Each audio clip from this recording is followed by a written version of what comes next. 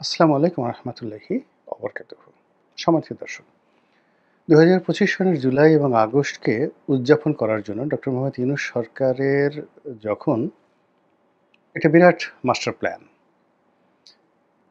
এবং যখন তিনি বা তার সরকারের প্রধানতম প্রচার এবং প্রোপাগান্ডা হবে যে গত একটি বছরে তারা কী সফলতা দেখিয়েছেন এবং শেখ হাসিনা জমানার চাইতে বা তারও আগে যারা রাজনীতিবিদরা এই দেশ চালিয়েছেন ৫৩ বছর ধরে এই দেশ রাজনীতিবিদরা চালিয়ে যে কিছুই করতে পারেননি এবং মাত্র ১০ মাসে এই সরকার যে সফলতার স্বর্ণ শিখরে দেশকে পৌঁছে দিয়েছে। এরকম যে যাকে বলা হয় একটা ভাইব, এরকম একটা ওয়েভ, এরকম একটি আবহাওয়া, এরকম একটি জলবায়ু তৈরি করার জন্য যখন সরকার চেষ্টা করছে, ঠিক সেই সময় মার্কিন প্রেসিডেন্ট ডোনাল্ড ট্রাম্পের একটি উপহার সারা বাংলাদেশে কান্নারোল তৈরি করে ফেলেছে। এবং এই উপহারের ফলে ডক্টর মোহাম্মদ ইউনূসের যে ক্যারিশমা, তার যে ম্যাজিক্যাল পাওয়ার এবং তার সম্পর্কে যে সকল কথাবার্তা হয়েছিল, সে সকল কথাবার্তার মূলে গুড়ে বালি পড়ে গেছে। ঘটনাটা কি? ঘটনাটা হলো মার্কিন প্রেসিডেন্ট ডোনাল্ড ট্রাম্প ক্ষমতায় এসে আমেরিকার সঙ্গে তার যে সকল বন্ধু রাষ্ট্র রয়েছে বা আমেরিকার সঙ্গে যারা ব্যবসা করে, বাংলাদেশ সহ অন্যান্য দেশ, তাদের মধ্যে একটা বাণিজ্যের সমতা আনার জন্য তিনি বিভিন্ন দেশের উপরে অতিরিক্ত শুল্ক আরোপ করেছেন। তো সেই দিক থেকে বাংলাদেশের উপরও শুল্ক আরোপ করা হয়। শুল্ক আরোপ করার পর আমাদের ডক্টর মোহাম্মদ ইউনূস একটা চিঠি দেন। সারা দুনিয়ার অনেকেই তদবির করে আমেরিকা থেকে ডোনাল্ড ট্রাম্পকে তেল মারতে থাকে এবং আপনারা জানেন যে ডোনাল্ড ট্রাম্পের আচার আচরণ চালচলনের মধ্যে অনেকটা লুনাটিক পাগলামো রয়েছে এবং তিনি বেশ রং তামাশা করে বলেন যে বিশ্বের বড় বড় রাষ্ট্রপতি, রাষ্ট্রপ্রধান তাকে যেভাবে তোয়াজ করছেন, তদবির করছেন এবং যেভাবে তার পায়ের উপরে, ঠিক এইভাবে কথাগুলো বলছেন, যেভাবে আমার পায়ের উপর পড়ে যাচ্ছে, এটা আমার খুব ভালো লাগছে। আমি যদি এরকম না করতাম তারা কি এই কাজ করতো? তো যাই হোক, পৃথিবীর অনেক রাষ্ট্র চিঠি লিখলো, আমাদের ডক্টর মোহাম্মদ ইউনূসও চিঠি লিখলেন। ঠিক ওই সময়টাতে কৌশলগত কারণে, কতগুলো কৌশলগত কারণে ডোনাল্ড ট্রাম্প বিপদে পড়লেন এবং তিনি তার এই যে শুল্ক নীতি, এটি ২ মাসের জন্য তিনি বন্ধ করে রাখলেন, স্থগিত করে রাখলেন। বাংলাদেশে যারা লোকজন ডক্টর মোহাম্মদ ইউনূসের ভক্ত, তারা বললেন যে দেখো, দেখো, দেখো আমাদের ইউনূস সাহেবের কি জিল্লত, তার কি নুরানি জিল্লত।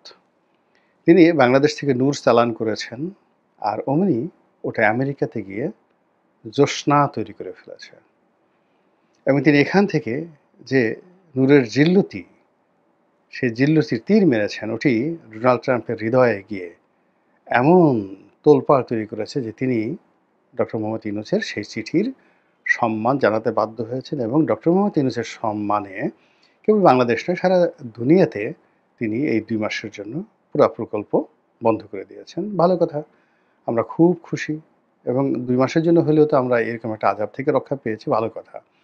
তো এই সময়টিতে বিশ্বের অনেকগুলো দেশ তাদের সাধ্যমতো চেষ্টা করেছে এই শুল্ক কমানোর জন্য।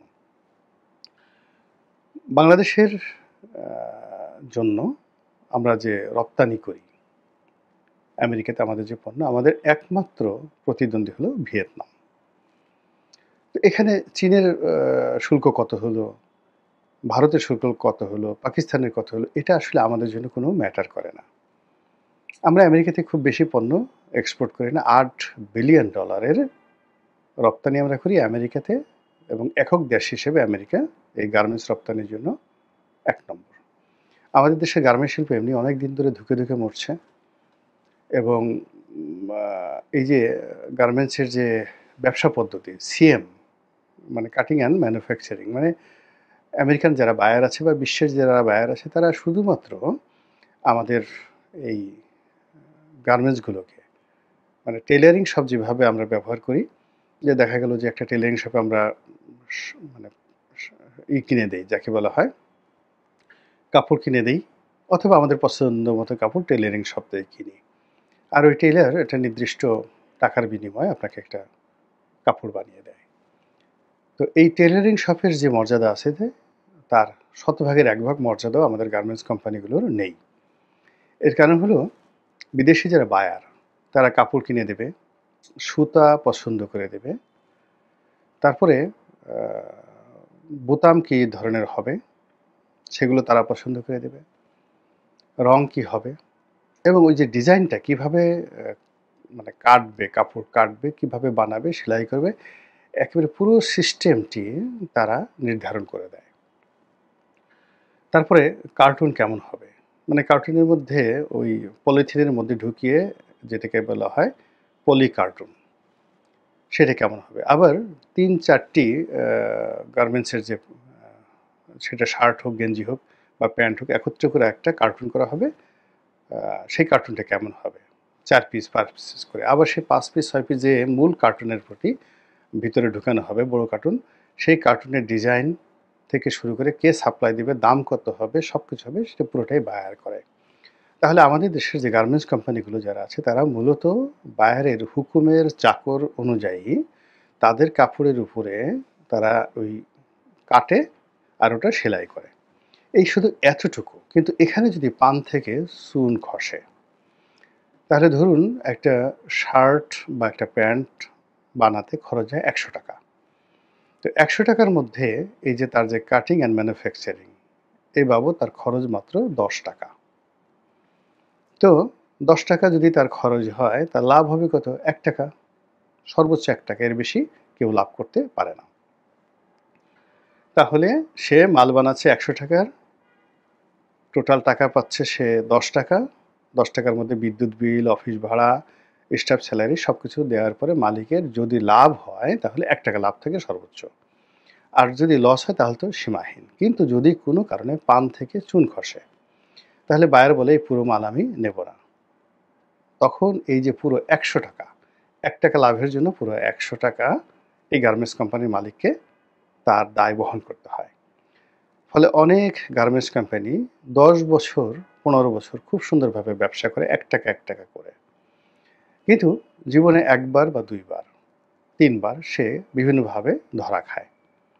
প্রথম ধরা খায় তার সেলাই ভালো হয় না, তখন বলে যে তুমি ডিসকাউন্ট দাও, 20% 40% ডিসকাউন্ট দাও। সে লাভ করলো 1%, 40% সে ডিসকাউন্ট দিল, 39% তার যে লস হলো এটাকে বহু বছর কাটায় উঠতে হয়। কখনো কখনো বায়ার বলে যে একেবারে মাল নেবেই না, তখন তাকে দেখা গেল এই মালগুলো গুলিস্তানে বিক্রি করতে হয় 10% মূল্যে। ১০০ টাকার মাল ১০ টাকায় বিক্রি করতে হয়। কি পরিমাণ লাভ লস হয় বোঝার চেষ্টা করেন। কখনো এই যে বায়ারের বিভিন্ন রকম শর্তের কারণে সময় মতো সেলাই করা যায় না, বায়ার বলে এখন ইয়ারে করে পাঠাও, মানে প্লেনে করে পাঠাও। সেখানে দেখা গেল 30% খরচ বেড়ে যায়। তো এইভাবে মানে সেই ১৯৮০ সন থেকে এখন পর্যন্ত এই যে গার্মেন্টসের ব্যবসা করে আপনি সত্যিকার অর্থে কিন্তু এখানে অনেকটা দিন আনে দিন খায়ের মতো। এখানে আপনি দেখেন এখন পর্যন্ত একজন অভিজাত ব্যবসায়ী সৃষ্টি হয় নাই গার্মেন্টস সেক্টরে।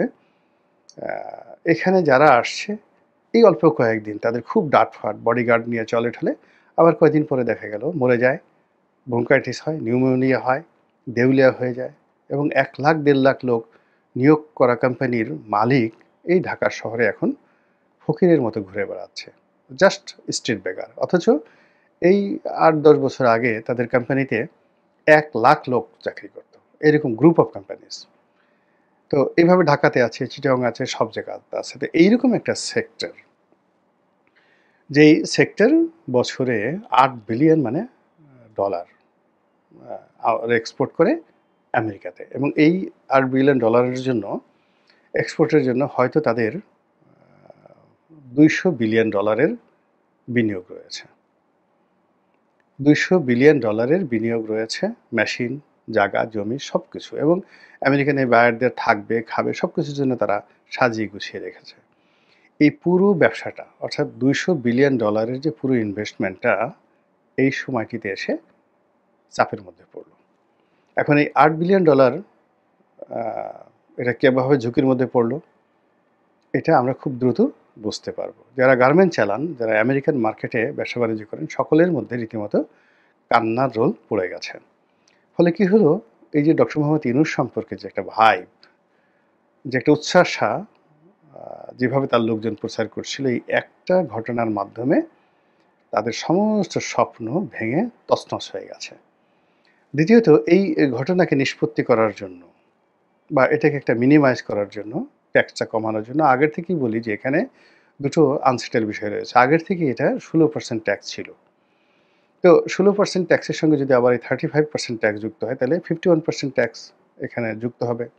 আবার যদি ৩৫% ট্যাক্স অ্যাজ এ হোল হয়, মানে আগের ১৬% তার সঙ্গে ৩৫%, তাহলে এই যে নতুন যে ট্যাক্স, সেই ট্যাক্সের কারণে আরেক দফা ক্ষতিগ্রস্ত হবে। এটাও এখন পর্যন্ত সেটেল হয়নি।